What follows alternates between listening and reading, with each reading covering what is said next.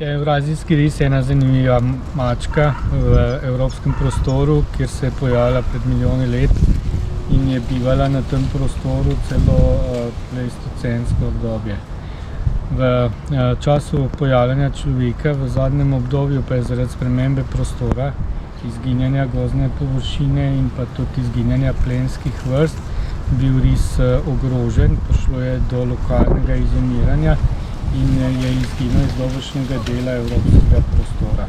Nekaj podobnega se je zgodilo z risom tudi v našem prostoru, ker je koncem 19. stoletja izginil iz slovenskih gozdov, podobno kot v drugih predelih evropskega prostora. V 70. letih se je začela narava marsikje obnavljati, se pravi, vračati so se začele gozdove in dvigati se je začela naravovarstvena zavest. Z tega vidika se je pojavljalo v različnih predelih Evrope pobude, da je treba našim gozdovom vrniti tisto, kar jim je bilo nekoč odvzeto, in ljudje so že prepoznali risa kot enega skrivnega, a pomembnega prebivalca teh naših gozdov. No, zato je prišlo do pobude, da se risa ponovno naseli v Švici, v Avstriji in v Sloveniji, in ta ponovna naselitev v 70. letih je bila zelo uspešna. Pripeljala je do tega, da se je ris razširil v severnih delih Dinaridov, se pravi od Bosne pa do Avstrije in Italije, vendar ker je bilo izvorno število živali za to naselitev majhno, zaradi parjenja v sorodstvu, tudi zaradi nekaterih metodoloških težav pri obravnavi risje populacije je prišlo do ponovnega drastičnega upadanja. Zaradi tega je bilo nujno, da se je sprejel nek ukrep, da bi se populacijo rešilo pred izumrtjem, in z vidika razumevanja teh procesov smo organizirali, prijavili en zelo velik kompleksen projekt, ki naj bi rešil to populacijo. Zdaj, ris poleg te biološke funkcije v gozdovih pa je človeka pritegnil že v preteklosti, vendar za svojim načinom življenja kot skrivnostna mačka prožil različne občutja in ljudje so ta svoja občutja, svoje neznanje z risom upodabljali in prenašali v različnih oblikah, tudi v različnih podobah, in z tega vidika je ta ljudska dimenzija risa, se pravi vstopanje risa v kulturno življenje človeka, zelo pomembno.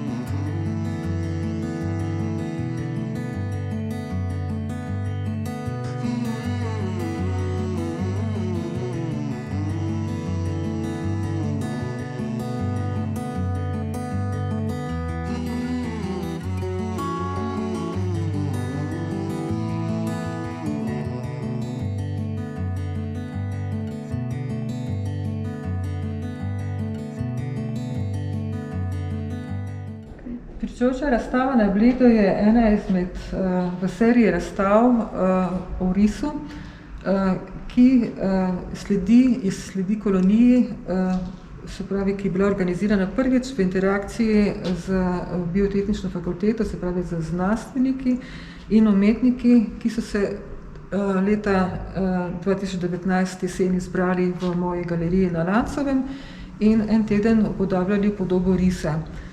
Takrat se je prvič zgodilo, da so umetniki podprli ta v bistvu biološki projekt naselitve risa in s svojimi deli v bistvu prostovoljno prispevali, da bi se medijska podoba risa razširila v javnosti s takimi razstavami, da bi pač javnost bila tudi bolj seznanjena z to problematiko.